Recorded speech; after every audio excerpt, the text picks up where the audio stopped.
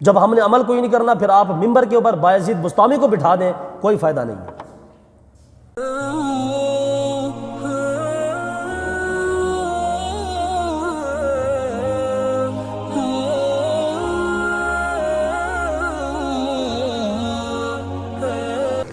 بندہ پروردگارم امت احمد نبی، دوست دار چہار یارم تابع اولاد علی، مذہب حنفیہ دارم ملت حضرت خلیل، خاک پائے غوث اعظم زیر سایہ ہر ولی، صدیق اکس حسن کمال محمد است، فاروق ذل جاہ جلال محمد است، عثمان شمع ضیاء جمال محمد است، حیدر بہار باغ خصال محمد است۔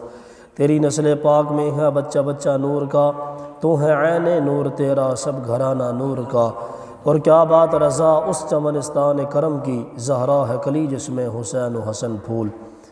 میری زندگی کا مقصد تیرے دین کی سرفرازی، میں اس لیے مسلمان، میں اس لیے نمازی، مجھے خبر کیا تھی رکوع کی، مجھے کیا پتا تھا سجود کا، تیرے نقش پاک کی تلاش تھی کہ میں جھکا رہا نماز میں۔ اللہ تعالیٰ کی بے پناہ حمد، اس کے حبیب علیہ الصلوۃ والسلام کی بارگاہ بے کس پناہ میں ہدیہ درود و سلام کا نذرانہ عرض کرنے کے بعد، حاضرین و سامعین ذی احتشام، اللہ تبارک و تعالیٰ کی بارگاہ میں التجا ہے کہ رب لم یزل میری زبان پہ حق و سچ کو نازل فرمائے، اور ہم سب کو سن سنا کر عمل پیرا ہونے کی توفیق عطا فرمائے۔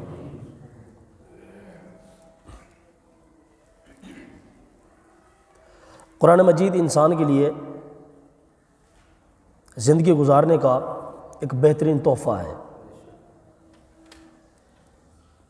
آج ہم لوگ اس لیے پریشان ہیں کہ ہم نے اللہ کے قرآن کو چھوڑ دیا ہے۔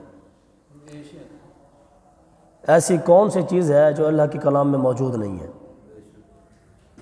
لیکن اس کے باوجود ہم لوگ اپنے فیصلے خود کرتے ہیں۔ قرآن مجید کے اندر اللہ تعالیٰ نے مختلف مقامات کے اوپر والدین کے ساتھ حسن سلوکی کا حکم عطا فرمایا ہے۔ ماں باپ ایک بہت بڑی نعمت ہے انسان کے لیے، اور میں نے یہ دیکھا ہے کہ انسان کو قدر ماں باپ کے فوت ہونے کے بعد ہی معلوم ہوتی ہے۔ چونکہ میں مذہبی بندہ ہوں اور ختم پہ آنا جانا رہتا ہے میرا، میں نے ایسے کئی نوجوان دیکھے ہیں جو ماں کے مرنے کے بعد، باپ کے مرنے کے بعد 7 کھانوں پر ختم دلواتے ہیں، فروٹ بھی کافی قسم کے لاتے ہیں، اور جب ان کے بارے میں پوچھتے ہیں بھی تم نے اپنے ماں باپ کی زندگی میں کیا حشر کیا، تو وہ سننے کے قابل نہیں ہوتا۔ یعنی ایک انسان، ہمارے ہاں تو یہ ٹرینڈ چل چکا ہے نا، ہمارے یہاں یہ معاشرہ ہے، ایک لوگوں نے رواج پکڑ لیا ہے کہ ماں جب تک مرے گی نہیں ہم نے ماں کی شان نہیں سننی۔ سمجھ رہے ہیں نا؟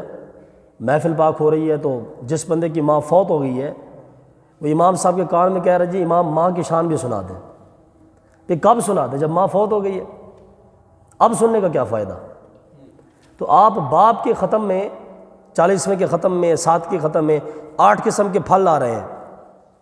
جب باپ زندہ تھا تو آپ ایک گولی دلانے کے لیے بھی راضی نہیں تھے کہ ابا جی میرے بچے کا مسئلہ ہے۔ لوگ سوال پوچھتے ہیں ہم سے کہ جی ماں باپ کو زکوٰۃ دے سکتے ہیں؟ یہ لوگ سوال پوچھتے ہیں۔ تو اصل کے اندر مسئلہ یہ ہے کہ ہم لوگوں نے اس نعمت کو بھلا دی ہے۔ اللہ تعالیٰ کا نظام ایسا، آپ قرآن پڑھیں نا، قرآن اس میں اللہ تعالیٰ نے حکم عطا کیے، حکم، اور فرمایا کہ ماں باپ کے سامنے لفظ اف بھی نہیں کہنا، اف بھی نہیں کہنا، آگے جواب دینا تو بڑی دور کی بات ہے۔ لیکن آج ہمارے ہاں معاذ اللہ ثم معاذ اللہ ماں باپ ڈرتے ہیں اپنے اولاد سے بات کرنے کے لیے۔ اگر بیٹا بیچارہ رات 2:30 بجے آ رہا ہے تو باپ کی جرت نہیں ہے کہ پوچھ سکے کہ بچے تو کہاں پہ تھا۔ آج ہمارے یہ صورتحال بن چکی ہے۔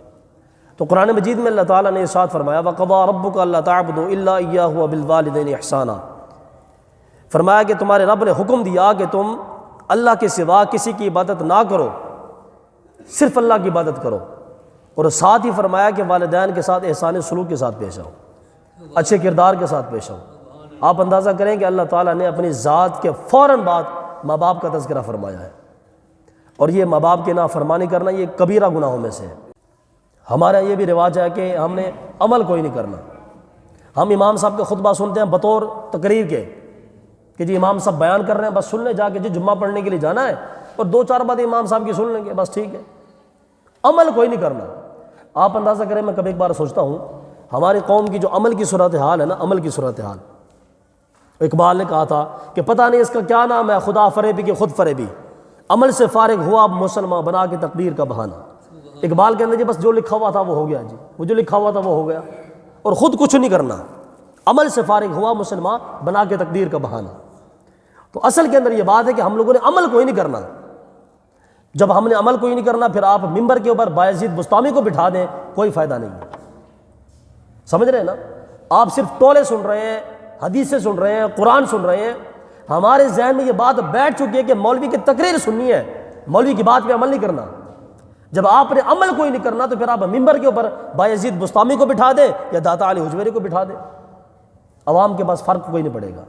اگر عمل کرنے کی بات ہے تو عمل، اگر ایک حافظ بھی حدیث پڑھ کے سنا رہا ہے، ایک خالی حافظ بھی حدیث پڑھ کے سنا رہا ہے، تو ہماری زندگی تبدیل ہو جانی چاہیے۔ لیکن جو کہ ہم بڑے بڑے درباروں پہ جاتے ہیں، بڑے بڑے علماء کے پاس جاتے ہیں، لیکن ہم لوگ ٹس سے مس نہیں ہوتے، اس لیے کہ ہم نے دل کے اندر یہ بات بٹھا لی ہے کہ تقریر صرف سننی ہے، تقریر کو عمل نہیں کرنا، اس کو سمجھنے کی کوشش نہیں کرنی ہے۔ تو اللہ تعالیٰ نے فرمایا کہ اپنے والدین کے ساتھ حسن سلوک کے ساتھ پیش آؤ۔ میرے خیال سے یہ جو حدیث پاک ہے نا، اس سے آگے تو بات ختم ہو جاتی ہے۔ اب مولوی صاحب بیچارے کیا، اب دیکھیں نبی علیہ السلام نے فرمایا کہ باپ کی رضامندی جو ہے نا، اس میں اللہ کی رضامندی ہے، اس سے آگے تو بات ہی ختم ہے۔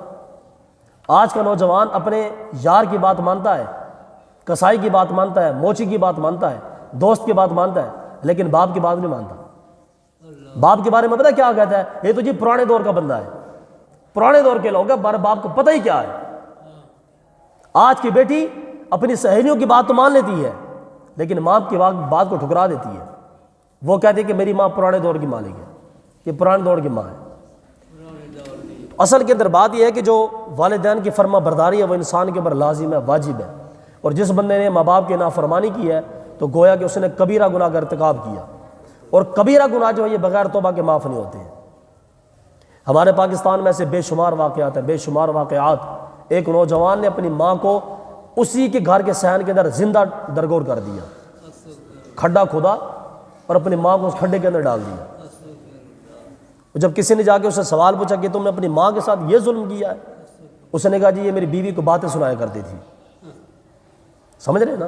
اور نبی پاک علیہ السلام کی حدیث پاک ہے، رسول پاک علیہ السلام نے فرمایا کہ جس شخص نے اپنی بیوی کو اپنی ماں کے اوپر ترجیح دی، ماں کو چھوڑ دیا، بیوی کی باتیں سنتا رہا، نبی علیہ السلام نے فرمایا کہ جس بندے نے اپنی بیوی کو ماں کے اوپر ترجیح دی، اس بندے پر اللہ کی بھی لعنت ہے، فرشتوں کی بھی لعنت ہے، اور سارے مسلمانوں کی بھی لعنت ہے۔ آج کون سا ایسا گھر ہے کہ جس میں نوجوان اپنی ماں کی بات تو سنتا ہے لیکن بیوی کی بات نہیں سنتا؟ ہر بندہ بیوی کے پیچھے لگا ہوا ہے۔ یہ نہیں کہ بندہ بیوی کی بات کوئی نہ سنے، بیوی کو بالکل ہی چھوڑ دے، لیکن کم از کم ماں کے سامنے تو حیا کرے نا۔ اصل کے اندر بات یہ ہے کہ آج جو معاشرہ چل رہا ہے امریکہ میں، یورپ میں نا، اولڈ ہاؤس بنے ہوئے، اولڈ ہاؤس، کہ جس میں وہ جو انگریز وغیرہ ہے اپنے باپ کو 50 سال کے بعد اٹھا کے نا وہ جا کے پاگل خانے میں جمع کرا دیتے ہیں۔ سمجھ رہے ہیں نا؟ پاگل خانے میں جا کے وہ جمع کرا دیتے ہیں، بڈھا ہو گئے تھے تھوڑے بیٹے، اب یہ ہمارے کسی کام کا نہیں ہے۔ تو امریکہ کے اندر یہ سسٹم ہے کہ 50 سال کے بعد اپنے باپ کو اٹھا کے جا کے اولڈ ہاؤس میں جا کے جمع کراتے ہیں کہ جناب اس کو یہاں پہ روٹی کے پیسے بھی دے دیں گے، پانی کے پیسے بھی دے دیں گے، اب یہ ہمارے گھر میں رہنے کے قابل نہیں ہے۔ لیکن بدقسمتی کے ساتھ ہمارے پاکستان میں اولڈ ہاؤس تو کوئی نہیں ہے، لیکن ہر گھر ہمارا اولڈ ہاؤس بنا ہوا ہے۔ ایک نوجوان جو اپنے باپ کی عزت نہیں کر رہا، اس نے اپنے گھر کو اولڈ ہاؤس بنایا ہوا جو امریکہ کے اندر ہے۔ تو یہ ہمارے ہاں بڑی نازک سی صورتحال ہے، حالانکہ اللہ تعالیٰ نے قرآن مجید میں بارہا مقام پہ ارشاد فرمایا، بارہا مقام کے اوپر۔ اور حدیث پاک سنیں ذرا، میں آپ کو پڑھ کے سنا رہا ہوں۔ ایک صحابی نبی علیہ السلام کی بارگاہ میں حاضر ہوئے، آگے عرض کی کہ یا رسول اللہ ما حق الوالدین علی ولدہما، یا رسول اللہ اولاد کے اوپر ماں باپ کے کیا حقوق ہیں؟ نبی پاک علیہ السلام نے ارشاد فرمایا، حدیث پاک ہے، رسول پاک علیہ السلام نے ارشاد فرمایا کہ ما حق الوالدین علی ولدہما۔ نبی علیہ السلام کی بارگاہ میں صحابی حاضر ہوئے، آگے عرض کی کہ یا رسول اللہ اولاد کے توجہ میری طرف رکھیں، چھوڑ دیں معاملہ ہو رہا بس۔ صحابی نے عرض کی کہ یا رسول اللہ اولاد کے اوپر والدین کے کیا حقوق ہیں؟ نبی علیہ السلام نے فرمایا کہ ہما جنتک و نارک۔ نبی علیہ السلام نے فرمایا کہ وہ تیرے لیے جنت بھی ہے، تیرے لیے جہنم بھی ہے۔ اگر تو چاہے تو ان کی خدمت کر کے جنت کما لے، اگر تو چاہے کہ ان کی نافرمانی کر کے جہنم کما لے۔ یہ کسوٹی نبی علیہ السلام نے عطا کی، کسوٹی کہ والدین جنت بھی ہیں اور جہنم بھی ہیں۔ جنت کیسے ہے؟ خدمت کرو، والدین کی فرما برداری کرو، جنت کما لو، اور جس نے نافرمانی کی اس نے جہنم کو کما لیا۔ آگے نبی پاک علیہ السلام، حضرت ابو ہریرہ سے مروی ہے، ایک صحابی رسول پاک علیہ السلام کی بارگاہ میں حاضر ہوئے، آ کے عرض کی کہ یا رسول اللہ من احق بحسن صحابتی، یا رسول اللہ میرے اچھی بات کا سب سے زیادہ مستحق کون ہے، میری میٹھی گفتگو کا سب سے زیادہ مستحق کون ہے؟ نبی علیہ السلام نے فرمایا قال رسول اللہ قال امک او کما قال علیہ السلام، نبی علیہ السلام نے فرمایا کہ تیری میٹھی گفتگو کا جو حقدار ہے نا وہ تیری ماں ہے، اپنی ماں کے ساتھ ہمیشہ میٹھی گفتگو کیا کر۔ اس نے پھر سوال کیا ثم من یا رسول اللہ، اس نے پھر سوال کیا کہ یا رسول اللہ اس کے بعد کون ہے میری اچھی گفتگو کا مستحق، میری ماں کے بعد کون ہے؟ قال امک، نبی علیہ السلام نے فرمایا کہ پھر تیری ماں ہے۔ اس نے پھر عرض کی کہ ثم من یا رسول اللہ صلی اللہ علیہ وسلم، اس نے پھر عرض کی کہ یا رسول اللہ اس کے بعد کون ہے؟ نبی علیہ السلام نے فرمایا قال امک، پھر بھی تیری ماں ہے، تیری اچھی گفتگو کی جو مستحق ہے وہ تیری ماں ہے۔ اس نے پھر عرض کی کہ یا رسول اللہ اس کے بعد کون ہے؟ نبی علیہ السلام نے فرمایا قال ابوک، کہ تیرا باپ ہے۔ یعنی ماں باپ، دیکھیں ماں کے حوالے سے نبی علیہ السلام نے 3 مرتبہ ارشاد فرمایا، 3 مرتبہ کہ تمہاری میٹھی گفتگو کا جو مستحق ہے تمہاری ماں ہے، اس کے ساتھ بیٹھ کے حال حوال بانٹو، اس کے دکھڑے سنو۔ آج ہمارے ہاں دکان کے اوپر جو کاریگر ہے وہ کسٹمر کے ساتھ بڑی میٹھی گفتگو کرتا ہے، کسٹمر سے مائل کرنے کے لیے، اسے پیسے نکلوانے کے لیے بڑے اچھے انداز سے گفتگو کرتا ہے۔ ایک امام صاحب مقتدی کو راضی کرنے کے لیے اچھے انداز سے گفتگو کرتا ہے، اچھے کردار سے پیش آتا ہے۔ ایک پیر صاحب نذرانے نکلوانے کے لیے مریدوں کے ساتھ بڑے اچھے تعلق کے ساتھ پیش آتا ہے۔ یہ میں مثالیں دے رہا ہوں آپ کو سمجھانے کے لیے، لیکن جب ماں کے ساتھ بات کرتے ہیں تو پھر زبان کے اوپر بچھو بٹھا لیتے ہیں، ماں کے ساتھ بات کرنے کی تمیز نہیں ہوتی ہے۔ تو نبی علیہ السلام نے فرمایا کہ تمہاری ماں جو ہے تمہاری جنت بھی ہے، تمہاری جہنم بھی ہے۔ حضرت میاں میر رحمۃ اللہ علیہ بہت بڑے ولی کامل گزرے ہیں۔ آپ کی جو والدہ مرحومہ تھی، حضرت میاں میر کو ہو گئی کھانسی، بہت زیادہ کھانسی تھی، اور حضرت میاں میر پوری رات کھانستے رہتے تھے، آپ کو یہ تکلیف تھی۔ تو آپ کی اماں جان نے کہا کہ بیٹا کوئی کھانسی کے لیے دعائی کروا لو، کسی سے دوائی لے لو، دعا لے لو۔ بیٹے نے کہا کہ اماں جی بس ٹھیک ہے، نظام چل رہا ہے، بس اس کو ایسے ہی چلنے دیں۔ ماں چونکہ ماں ہوتی ہے پھر، اور اللہ کا نظام ایسا دیکھیں کہ حضرت میاں میر کے پاس جو بھی بیمار آتا نا دعا کروانے کے لیے، کوئی بھی بیمار آتا دعا کروانے کے لیے آپ دعا فرماتے، اللہ اس کو شفا عطا فرماتا۔ تو ماں کہتی کہ بیٹا پوری دنیا کو شفا دے رہے ہو، اپنے لیے بھی کوئی شفا کا انتظام کر لو، خود کے لیے بھی کوئی دعا کر لو۔ حضرت میاں میر نے کہا کہ اماں جان اچھا کرتے ہیں، ٹھیک ہے چلو کرتے ہیں، ٹھیک ہے، لیکن اپنے لیے وہ دعا نہیں کیا کرتے تھے۔ حضرت میاں میر ایک مرتبہ ماں نے ایسا کیا کہ ماں نے ایک برقع پہنا، بڑی سی چادر پہنی، اور جو لوگ آتے تھے نا دعا کروانے کے لیے، ماں بھی جا کے اس لائن میں لگ گئی، اور جا کے جب ان کی باری آئی، ماں کی باری آئی دعا کروانے کی، تو ماں نے کہا کہ بیٹا میرے بیٹے کے لیے دعا کرو، اس کو بہت بڑی کھانسی ہے، دعا کرو کہ اس کی کھانسی دور ہو جائے۔ سبحان اللہ، کیسے لوگ گزرے ہیں، ماں اپنے بچے سے دعا کروا رہی ہے۔ اللہ تعالیٰ ایسی اولاد ہر کسی کو عطا فرمائے۔ تو ماں نے کہا کہ بیٹا دعا کرو کہ میرے بیٹے کو کھانسی ہے، اللہ اس کو شفا عطا فرمائے۔ میاں میر نے دعا کے لیے ہاتھ اٹھا دیے، یا اللہ اس مائی صاحبہ کے بیٹے کو شفا عطا فرما۔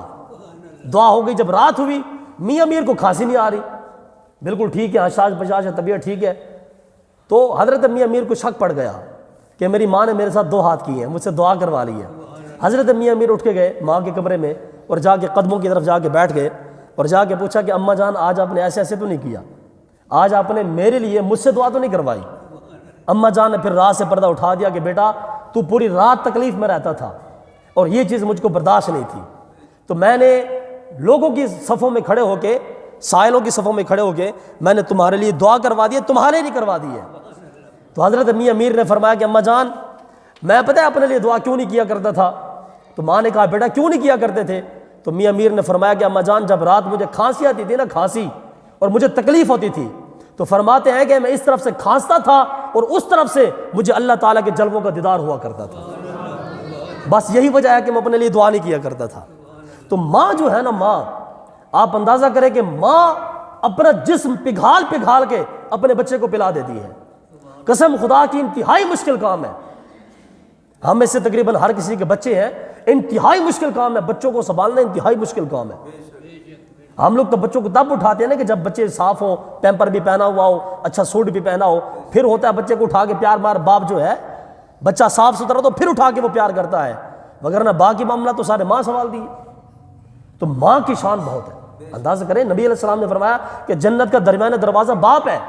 یہ بات حدیث پاک ٹھیک ہے بالکل, لیکن ماں کی شان زیادہ ہے باپ کے مقابلے میں. اس کا مطلب یہ بھی نہیں کہ باپ بھی فارغ ہے, باپ کی شان بھی بہت زیادہ ہے. سمجھ رہے ہیں نا؟ انشاءاللہ کبھی موقع ملے تو وہ بھی بیان کروں گا میں. تو یاد رکھیں میرے دوستو, یہ جو ماں باپ ہے, ماں باپ بہت بڑی نعمت ہے. تو نبی پاک علیہ السلام نے صحابی کو فرمایا کہ اے صحابی, تمہاری جنت بھی تمہاری جہنم بھی تمہارے ماں باپ ہے. جس نے ماں باپ کو راضی کر کے جنت کما لیا اس نے کما لیا, اور جس نے ان کو ناراض کر کے جہنم کما لی اس نے جہنم کما لی. آگے پھر رسول پاک علیہ السلام نے ارشاد فرمایا کہ راغم انفہ راغم انفہ راغم انفہ. نبی علیہ السلام نے فرمایا کہ اس بندے کی ناک خاک آلود ہو جائے, وہ بندہ برباد ہو جائے. صحابہ کرام نے عرض کی قیل من یا رسول اللہ صلی اللہ علیہ وسلم, عرض کی کہ یا رسول اللہ کون ہے کہ جو برباد ہو جائے؟ نبی علیہ السلام نے اگر ارشاد فرمایا قال من ادرک والدیہ عند الکبر احدہما او کلاہما ثم لم يدخل الجنہ او کما قال علیہ السلام. نبی علیہ السلام نے فرمایا کہ وہ بندہ برباد ہو جائے کہ جس بندے نے اپنے ماں باپ کو پایا, دونوں کو یا ایک کو پایا, اور وہ ان کی خدمت کر کے جنت نہ کما سکا. نبی علیہ السلام نے فرمایا وہ انسان برباد ہو جائے, وہ انسان تباہ ہو جائے جو انسان ماں باپ کی خدمت کر کے جنت کو نہ کما سکا. تو جہاں پہ ماں باپ کی بڑی شان ہے وہاں پر ماں باپ کے اوپر بھی بہت بڑی ذمہ داری ہے بچوں کے حوالے سے. اگر بچوں کے اوپر ماں باپ کے حقوق ہے نا, تو ماں باپ کے اوپر بچوں کے بھی حقوق ہیں. یہ بھی اس بات کو بھی یاد رکھیں. بلکہ ایک سائنسدان تھا, تو اس نے مسلمان تھا, اس نے اپنے بچوں کو سامنے بٹھایا اور بچوں کو سامنے بٹھا کے ان بچوں سے کہا کہ بیٹا میں نے اپنی شادی سے پہلے بھی تم پہ ایک احسان کیا تھا, شادی سے پہلے میں نے تم پر ایک احسان کیا تھا. تو بچوں نے سوال کیا کہ ابو جان شادی کے بعد تو احسان ہو سکتا ہے, لیکن شادی کے پہلے کیسا احسان ہوا؟ آپ نے شادی کی, ہم پیدا ہو گئے, آپ احسان کیا آپ نے, وہ تو بات سمجھ میں آتی ہے. شادی کے پہلے آپ نے کون سا احسان کیا؟ اس پروفیسر نے کہا, سائنسدان نے, کہ بیٹا میں نے تم پر شادی سے پہلے احسان یہ کیا تھا کہ میں نے تمہارے لیے اچھی ماں کا انتخاب کیا تھا, کردار والی ماں کا انتخاب کیا تھا, دیندار ماں کا انتخاب کیا تھا. اور نبی پاک علیہ السلام نے فرمایا کہ جب تم کسی سے شادی کرو, کسی عورت کے ساتھ بھی, تو نبی علیہ السلام نے فرمایا کہ تم دین کی وجہ سے شادی کرو. کہ یہ عورت دین کتنا جانتی ہے, مال کی وجہ سے نہیں, حسب و نسب کی وجہ سے نہیں, حسن کی وجہ سے نہیں, بلکہ دین کی وجہ سے. آج ہمارے تو یہ صورت حال ہے, جی بچی کیسی ہے جی, اور جی کھاتے پیتے گھر کی ہے. کھاتے پیتے گھر کا مطلب کیا ہوتا ہے کہ اچھا خاصا جہیز لے کے آئے گی. ہم لوگ کامیابی کس میں تلاش کرتے ہیں؟ عورت کے حسن میں, عورت کے ناک میں ہم کامیابی تلاش کرتے ہیں. عورت بہت بڑی خوبصورت ہے جی, انتہائی خوبصورت ہے, کردار وہ اللہ ہی جانے, خوبصورت بہت ہے. تو یاد رکھیں کہ نبی پاک علیہ السلام نے فرمایا کہ یہ والدین کے اوپر حقوق ہے کہ وہ اپنے بچوں کے لیے اچھی ماں کا انتخاب کریں. اور اچھی ماں کا انتخاب کیسے ہو سکتا ہے؟ کہ انسان اپنی شادی سے پہلے اچھی کردار کی عورت کو منتخب کرے کہ میں اس کے ساتھ شادی کروں گا. اس میں ایک آپ کو مثال سمجھا دوں میں. حضرت سلطان نجم الدین رحمۃ اللہ تعالیٰ علیہ, یہ سلطان صلاح الدین ایوبی کے والد گرامی ہیں. آپ جمعہ پڑھنے کے لیے آئے مسجد میں امام صاحب کے پاس, سلطان نجم الدین رحمۃ اللہ تعالیٰ علیہ. انہوں نے آ کے امام صاحب کا یہ قمیض ہے نا, امام صاحب کا یہ پہلے دور میں رواج تھا کہ بادشاہ وقت آتا, حکمران آتا, آ کے امام صاحب کی قمیض کو پکڑ کے ایسے بوسہ دیا کرتا تھا. وقت کا حکمران ہے, سلطان نجم الدین صلاح الدین ایوبی کا باپ ہے, لیکن مسجد میں آ کے امام صاحب کے قمیض کو بوسے دے رہا ہے. سمجھ رہے ہیں نا؟ اس وقت اللہ تعالیٰ نے مسلمانوں کو عروج بھی عطا فرمایا تھا. جب حکمران آ کے امام کی قمیض کو چوما کرتے تھے نا, اللہ تعالیٰ نے مسلمانوں کو عروج بھی عطا فرمایا تھا. یہ میں اپنی عزت کروانے کا کوئی چکر نہیں ہے, میں آپ کو سمجھا رہا ہوں ویسے ہی. آج تو علماء کو معاذ اللہ شہید کیا جا رہا ہے. آج جس حکمران کو خطرہ ہے نا کسی مولوی سے, یا تو اس کو باہر سے شہید کروا دیتے ہیں یا اس کو اٹھا کے جیل میں ڈلوا دیتے ہیں. بلکہ جب مروان کا دور تھا نا, مروان کا یہ واقعہ کربلا ہونے کے بعد, تو حضرت امام زین العابدین کو اٹھا کے نا مروان نے جیل میں ڈلوا دیا. ایسا خواہ مخواہی امام زین العابدین کو, امام حسین کے بیٹے کو.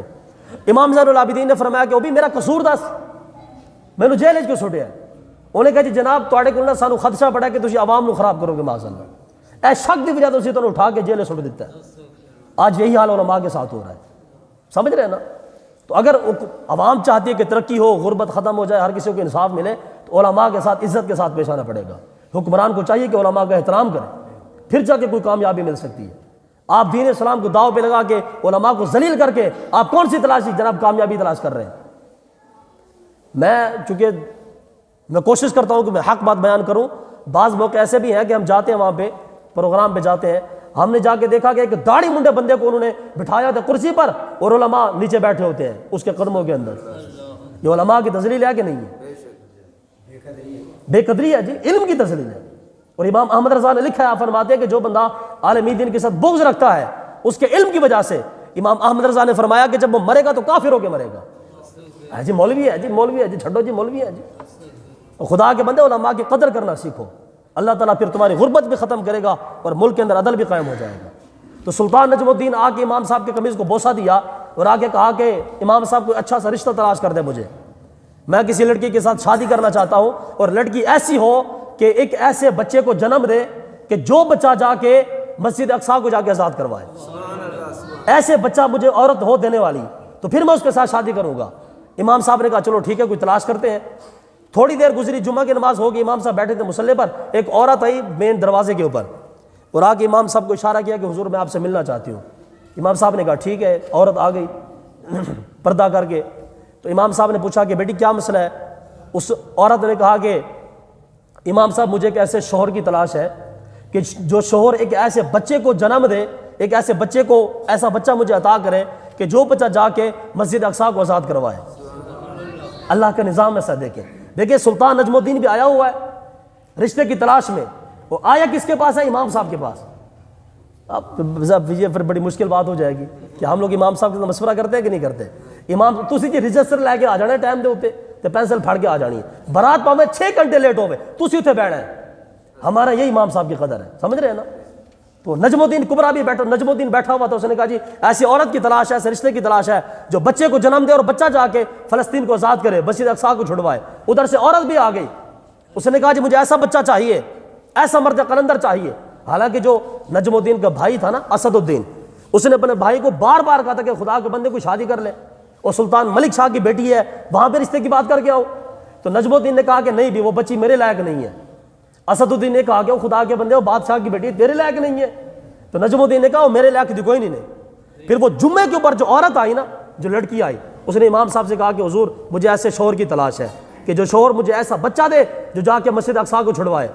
امام صاحب نے کہا لو جی مسجد کے اندر ہی کام ہو گیا ہے. نجم الدین بھی بیٹھا ہوا ہے اور بی بی صاحبہ بھی آ گئی ہیں. تو حضرت امام صاحب نے ان دونوں کا نکاح پڑھوا دیا. جب ان کا نکاح ہوا تو اللہ تعالیٰ نے اس ماں باپ کو صلاح الدین ایوبی عطا فرما دیا. سمجھ رہے ہیں نا. تو جب ماں باپ اس انداز کے ساتھ شادی کریں گے نا، اس انداز کے ساتھ، انسان جب اس انداز کے ساتھ شادی کرے گا تو اللہ تعالیٰ بیٹے بھی داتا علی حجویری جیسے عطا فرمائے گا. سمجھ رہے ہیں نا. تو اس چیز کو یاد رکھیں، اگر ماں باپ کے حقوق ہیں اولاد پر تو اولاد کے اوپر حقوق ہیں ماں باپ کے اوپر. ماں باپ کے اوپر یہ فرض ہے کہ جب وہ شادی کرے اپنے بچوں کی شادی کرے، اپنے بچوں کے لیے کوئی دیندار لڑکی ڈھونڈے، دیندار لڑکی ڈھونڈے. وہ خدا کے بندوں انشاءاللہ کبھی موقع ملے تو میں بیان کروں گا. نبی علیہ السلام کی 4 صاحبزادیاں، 4 صاحبزادیاں، اور نبی علیہ السلام نے سب کی شادی کی ہے. آپ مجھے نبی علیہ السلام کی 4 بیٹیوں میں سے کسی ایک کا جہیز نکال کے دکھاؤ کہ نبی علیہ السلام نے اپنے بچے کے لیے جہیز لیا ہو. اور شادی کس کے ساتھ؟ حضرت عثمان غنی کے پاس 2 شادیاں عثمان غنی کے ساتھ ہوئی. اور عثمان غنی مدینہ طیبہ میں مالدار انسان تھے. سمجھ رہے ہیں نا. سب سے زیادہ امیر عثمان غنی تھے، لیکن جہیز کا کوئی نام و نشان ہی نہیں ہے.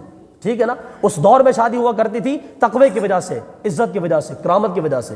تو یاد رکھیں کہ یہ جو ماں باپ ہے جب اپنے بچوں کی شادیاں کرتے ہیں تو کوئی ایسا گھرانہ دیکھے جو دیندار گھرانہ ہو، اور اپنے بچے کی، یہ بچے کے اوپر احسان ہے. اور آخر میں عرض کرنا چاہوں گا، چونکہ یہ معاملہ تو ہر کسی کے سامنے پیش آتے ہیں. بعض اوقات ایسا ہوتا ہے کہ بیٹی جوان ہے، بیٹا جوان ہے، اور بیٹی اور بیٹا ریکویسٹ کرتے ہیں کہ ابو جان مجھے فلاں جگہ پہ ایک رشتہ پسند ہے، وہاں پہ آپ میری شادی کر دیں. اور باپ بولتا ہے کہ بچے اتھے تیری شادی نہیں کرنی. یہ بچے کے ساتھ سب سے بڑا ظلم ہے. سمجھ رہے ہیں نا. جہاں پہ آپ کی اولاد کہہ رہی ہے نا، آپ جا کے دیکھیں، اگر مناسب رشتہ ہے آپ کی سمجھ میں آتا ہے آپ شادی کر دیں، چاہے وہ بچے کی شادی ہو چاہے وہ بیٹے کی شادی ہو. تو یہ بہت بڑا ظلم ہے کہ جو ماں باپ اپنے بچوں کی شادی ان کی پسند کے مطابق نہیں کرتے ہیں. پھر نتیجہ کیا نکلتا ہے؟ معاذ اللہ یا تو لڑکا نکل کے بھاگ جاتا ہے یا پھر بچی بھاگ جاتی ہے. اور پھر جب یہ دونوں نکلتے ہیں نا گھر سے تو سمجھے کہ انہوں نے اپنے ماں باپ کو زہر کھلا دیا. سمجھ رہے ہیں نا. اللہ تعالیٰ معافی عطا فرمائے، اللہ تعالیٰ ہر جوان بچے کی عزت کی حفاظت فرمائے. جب ایک نوجوان بچی گھر سے نکلتی ہے تو آپ اندازہ کر سکتے ہیں کہ وہ اس کے باپ کے دل پہ کیا گزرتی ہے. اس کا باپ سر اٹھانے کے قابل نہیں ہوتا. سمجھ رہے ہیں نا. اور یہ ایک بہت بڑا ظلم ہے ہمارے پاکستان میں چونکہ وہ حبیب جالب نے کہا تھا کہ پاکستان میں 18 کروڑ گدھے رہتے ہیں، گدھے، یہ مسلمان کوئی نہیں ہے، ٹھیک ہے نا. ہماری عدالتوں کو کیا صورتحال ہے، ایک نوجوان بچی جو بھاگ کے آئی ہے، ایک نوجوان لڑکا جو بھاگ کے آیا ہے، ان دونوں کا نکاح کروا رہے ہیں. اور اس مولوی کو شرم نہیں آتی بغیرت کو جو 4000 فیس کی وجہ سے جناب وہ گھر سے بھاگی لڑکیاں کے نکاح پڑھا رہے ہیں. اس مولوی کو غیرت نہیں آتی، اس عدالت کو شرم نہیں آتی ہے کہ تم نے یہ نظام کیوں رکھا ہوا ہے کہ جناب جو بچی گھر سے بھاگ کے آتی ہے آپ اس کا نکاح پڑھاتے ہو. آپ اگر کسی نیک بچے کا نکاح گھر سے بھاگی لڑکی کا نکاح پڑھا رہے ہو تو آپ سمجھو کہ آپ نے لڑکی کے خاندان کو اور لڑکی کے خاندان کو آپ کو دونوں نے ہاتھ سے مار دی ہے، ٹھیک ہے نا. اگر یہ ہمارے پاکستان میں رواج ہی ختم ہو جائے کہ ہماری جو عدالتیں یہ نکاح پڑھانا ہی چھوڑ دیں کہ جو بھی بچی یا بچہ بھاگ کے آئے گا اس کا کوئی نکاح نہیں ہے، جاؤ دوڑ جاؤ اپنے ماں باپ کو راضی کر کے آؤ. اگر یہ اصول ہمارے پاکستان میں لاگو ہو جائے تو میرے خیال سے بڑا ایک اچھا نظام ہو جائے گا، سمجھ رہے ہیں نا. تو آخر میں پھر ریکویسٹ کرنا چاہوں گا حضور والا، یہ جو باپ ہیں جن کے بچے بچیاں جوان ہیں، خدا کا واسطہ، خدا کا واسطہ، اگر آپ کے بیٹے آپ کی بیٹیاں آپ سے کہتی ہیں کہ ابو مجھے فلاں جگہ پہ میرا رشتہ کروا دیں، تو آپ جا کے دیکھیں اگر مناسب جگہ ہے آپ رشتہ کروا دیں. اسی کے اندر بھلائی ہے، اسی کے اندر آپ کی عزت ہے. میں نے ایسے بے تحاشا رشتے دیکھے ہیں جو من کی شادی تو کر لیتے ہیں، لو میرج تو کر لیتے ہیں، بعد میں بیٹھ کے پچھتاتے ہیں، نہ ماں باپ کو منہ دکھانے کے قابل ہوتے ہیں نہ خاندان میں جانے کے قابل ہوتے ہیں. اس لیے جو نوجوان بچے بیٹھے ہیں، میرے بھائی ہیں، دوست ہیں، خدا کے بندو، اگر تم کوشش کرو شادی کرو اپنے ماں باپ کے مطابق، جہاں پہ ماں باپ رشتہ کر دیں بس ٹھیک ہے جی، آمنا و صدقنا. اور یہ جو یہاں پہ بزرگ بیٹھے ہیں جن کے بچے بچے جوان ہیں، خدا کا واسطہ، خدا کا واسطہ اپنی بیٹی سے کم از کم پوچھ تو لیا کرو کہ بیٹی تم نے فلاں جگہ پہ شادی کرنی ہے کہ نہیں کرنی. ہمارا بچہ کام پہ ہوتا ہے، ہم جا کے اس کی رشتہ داری کراتے ہیں، اور جب بچہ نہ کرتا ہے پھر وہ ماں کے دوپٹے کی بات آ جاتی ہے، باپ کی داڑھی کی بات آ جاتی ہے، سمجھ رہے ہیں نا. تو شادی کا جو سلسلہ ہے یہ ایک بہت بڑا لمبا سلسلہ ہے. ایک انسان نے ایک پوری زندگی گزارنی ہوتی ہے. تو آپ کوشش کیا کریں اس نوجوان کو اس کی پسند کی ایک عورت عطا فرما دیں، یہ آپ کی بڑی مہربانی ہوگی. یہ جو ماں باپ اپنے بچوں پر ظلم کرتے ہیں نا، ظلم کرتے ہیں، ان ماں باپ کے اوپر یہ حکم لاگو کر دیا جائے کہ اس کی جو بیوی ہے اس کو اس سے جدا کر دیا جائے، تاکہ اس کو پتہ چلے کہ جس بندے کو اپنی من پسند کی عورت نہیں ملتی اس کے ساتھ پھر کیا حشر ہوتا ہے. اس باپ سے اس کی بیوی کو جدا کروا دو کہ جا دوڑ جا، اپنے بچے کی شادی تو پسند کی نہیں کرنے دے رہا، اپنی بیوی کو چھوڑ دے، پھر اس کا حشر دیکھے کیا ہوتا ہے. وہ خدا کے بندے خود تو ہفتہ بغیر نہیں رہ سکتا بیوی کے، اور بچی کو تو جہنم میں ڈال رہا ہے. اس لیے مہربانی کر کے خدا را ہم لوگ مسلمان ہیں. نبی پاک علیہ السلام نے سیدہ فاطمہ کو فرمایا تھا، فرمایا کہ فاطمہ تم علی سے شادی کرنے پہ راضی ہو؟ تو سیدہ فاطمہ نے کہا کہ ابو جان اب جیسے فیصلہ کریں گے ہمارے سارا کھوب ہے. اگر نبی پاک علیہ السلام فاطمہ سے پوچھ سکتے ہیں شادی کرنے کے لیے تو آپ اور میں کیوں نہیں پوچھ سکتے ہیں؟ ہماری پھر داڑھی کا مسئلہ، پھر پگڑی کا مسئلہ، پھر دوپٹے کا مسئلہ. اس لیے مہربانی کریں، اگر ماں باپ کی شان ہے تو ماں باپ کے اوپر بھی کچھ احکام ہے اولاد کے حوالے سے کہ اپنی بچوں کے لیے جب آپ رشتہ دیکھنے کے لیے جائیں تو کوئی دیندار گھرانہ تلاش کیا کریں. یہ جہیز کی لعنت کو ختم کرو خدا کے بندو. وہ جو بچی آ رہی ہے جو وہ جناب جہیز لے کے آئے گی، ایک میں کہتا ہوں کہ جو بندہ اپنی بیوی کی کھٹی کھاتا ہے، جو شوہر اپنی بیوی کے نام پہ پیسہ کھا رہا ہے، اپنی بیوی کے جہیز کھا رہا ہے، میں یہ بات کہہ رہا ہوں منبر رسول کے اوپر کہ اس سے بڑا کائنات میں بغیرتی کوئی نہیں ہے. ایک مرد انسان اپنی بیوی کو کھانا بھی نہیں کھلا سکتا، ایک نوجوان انسان اپنی بچی کو 2 روٹیاں بھی نہیں کھلا سکتا، اور جناب وہ لڑکی کے جہیز کے اوپر نظر رکھ کے بیٹھا ہے. میں یہ سمجھتا ہوں کہ اس جیسا کائنات کے اندر بغیرت انسان کوئی نہیں ہے. آپ کو پتا ہے کہ جب حضرت علی کی شادی ہوئی تھی حضرت علی کے پاس حق مہر کے پیسے بھی کوئی نہیں تھے، ٹھیک ہے نا، حضرت علی کے پاس حق مہر کے پیسے بھی کوئی نہیں تھے. تو نبی علیہ السلام نے فرمایا کہ علی وہ زیرہ تو ہے نا تمہارے پاس، زیرہ جو جنگ میں جا کے لڑتے ہو جس سے، آپ نے عرض کی کہ یا رسول اللہ وہ زیرہ میرے پاس ہے. نبی علیہ السلام نے فرمایا کہ علی حق مار تو دینا ہے نا، جاؤ زیرہ بیچ کے آؤ اور آ کے فاطمہ کو حق مار ادا کرو. نبی علیہ السلام نے فاطمہ کی شادی مولا علی کے پاس ساتھ کی، حضرت علی کے پاس حق مار کے پیسے بھی نہیں تھے. آج اپنی بچی کے لیے آپ کہاں پہ جا رہے ہیں تلاش کرنے کے لیے؟ اور جی پتوں کی جگہ ہم گئے تھے، پتوں کی گئے تھے جی رشتہ دیکھنے کے لیے. کس لیے گئے تھے؟ صرف جہیز کے لیے، اور کچھ بھی نہیں ہوتا.